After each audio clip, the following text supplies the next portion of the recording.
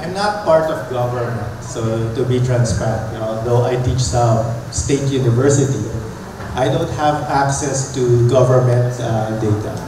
So, is government giving transparent data? I can't answer that wholly, pero what I can say is data is very valuable. Kasi ako, basically, my profession is a data scientist.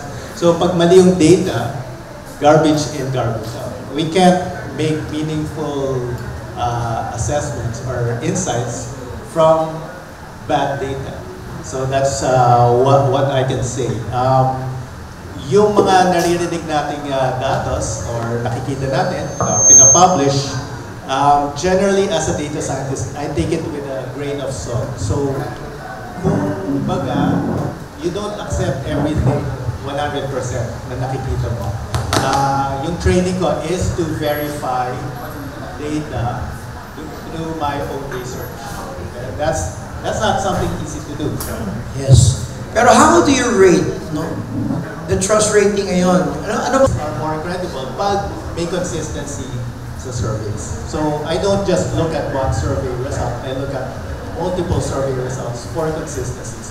Kung walang consistency, then in my mind, I'm not very convinced dun sa results. So, pero yung public trust, generally, ang nakikita natin, medyo mababa. Unlike kunyari ng 2016 to 2020. I mentioned this to you. So, mababa? Mababa yung public trust sa institutions in general. Pero iba-iba siya.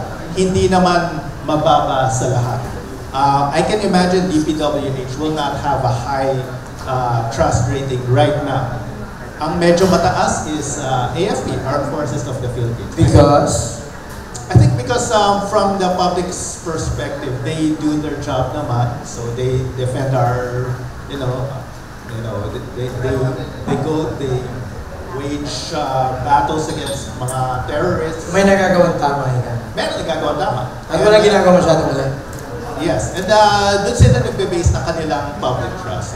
But as far as government officials are concerned, I will be transparent na based on sa data, no 2016 to 2022, former President Digong had one of the highest trust ratings according to the data. That was consistent. He had 80 to 90%. We're not seeing that level of trust ngayon.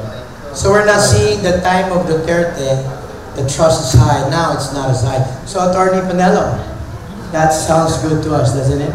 Gawin nga, nasa rating niya. Pero ano nga ba totoo? Presidente nga doon yun. Ano bang pananaw mo ngayon sa transparency? At kapag ka ba hindi naging transparent, di ba kanina sinabi mo, omission and commission.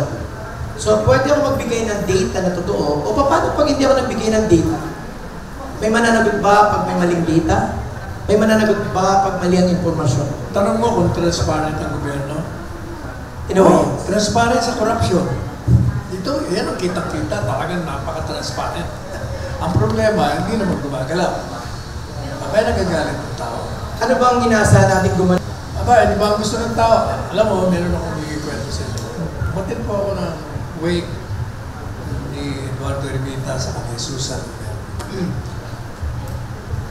Gabi-gabi ako nandun. Ang feeling ko kasi kung pupunta ka sa wake, meron kang kaibigan. You can miss birthdays and weddings because those are happy times. But during time of grief and sorrow, kailangan nandun ka. Yan ang kailangan ng pamilya. Kaya nagtataka sila. Yung anak ko, tinatanong ba, ba't araw-araw ka dahil ka sa hindi sinabi ko sa akin. At palagay ko, yun ang magandang attitude. Kasi yun ang kailangan. Ngayon,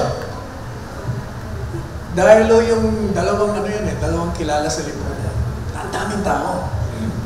And every night, sa mesa, during, siyempre kakain tayo, yung grupong inupuan ko, palagi kong nakakasama yung mga matataas, mga mayayaman, madalit sabi. Never ko pa na na-encounter sa kanila in my 7-8 years ng pagsasama-sama namin sa ano na mag-usap sa politika. Pag-uusapan nila yung travels nila. Never ang politika off limits yun. Pero nasa ako pag-upo ko pa lang eh. Grabe ang galing. Kailangan ng gobyerno, baril ka namin yan. Grabe yung galit na. Mayayaman to. Ano sa tingin Ganun mo katindi. cause? Bakit? Ang cause nga na, biro mo yung corruption nga naman Pinupokus sila kay Day Sara na yung 145 million, yung pala billion, trillion ng mga nakaw. Tapos hindi sila nagpo-focus doon. Pero may pangyayari ba talaga? May mangyayari? Meron ba nangyayari? Wala ka nangyayari.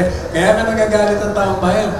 Kasi gusto nila, gumalaw na itong si Boget, si Presidente, na gumawa ng, my view, kung magtatanungin nyo, I've been articulating this. First, he cannot escape accountability. Kasi yung sinabi niya sa Sona na, mahiya naman kayo. Ang reaction ko agad, mali yata. Dapat, mahiya naman tayo. Why? Kasama siya doon. Kasi inamin mo Inamin mo, you know the corruption. You know yung bribery. Lahat inamin mo. Tapos inalanan mo pa. 15. Oh. Bakit mo sasabihin na mahiya naman kayo?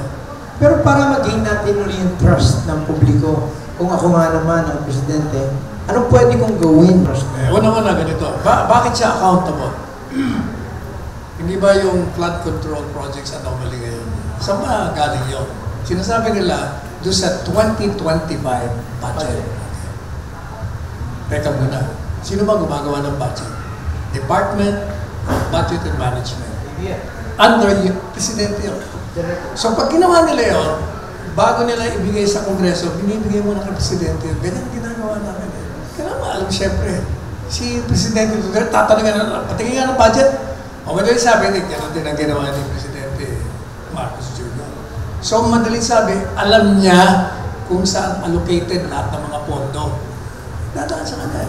Bago dali sa Kongreso. Pagdating sa Kongreso, yung mga kaalyado niya, sila ang gagawa ngayon. Susuriin. Doon nila pinapasok yung mga insertions nila, unlawful. After that, pag na-aprobahan, balik yung presidente. So, kung ikaw ang presidente, alam mo na, dahil ikaw ang gumawa niyan, alam mo kung sino at paano, sinong mga nagdagdag dyan. Ang tanong, bakit mo inaprobahan? Kung hindi mo inaprobahan yung budget na yan, walang korupsyon. Binito mo lang, siguro wala pang 3% Kaya, hindi ka po pwedeng tumakas. Ngayon, anong remedyo? Anong remedyo? Dalawa lang kasi kung bakit. Kasi parang pinapakita niya, wala akong alam dyan. Kaya nga pinubulgar mo. Excuse me. Anyway, pagpalagay natin, wala kang alam. Dalawa lang yan. Either wala kang alam na napatlaruan ka ng mga nasa baba or complicit ka. Dalawa lang yan Now, regardless kung complicit ka o ano, ang suggestion ko sa iyo, kung talagang gusto mong baguhin, survival lang pinag-uusapan na. Survival of this country in your presidency. Ang suggestion ko sa kanya, under the Constitution, there is only one primary function of a government, and that is to serve and to protect the people. You're a head of government. If your government is failing, then kailangan gumawa ka na ng mga hakbang. May constitutional basis naman. Mag-declare ka ng revolutionary government.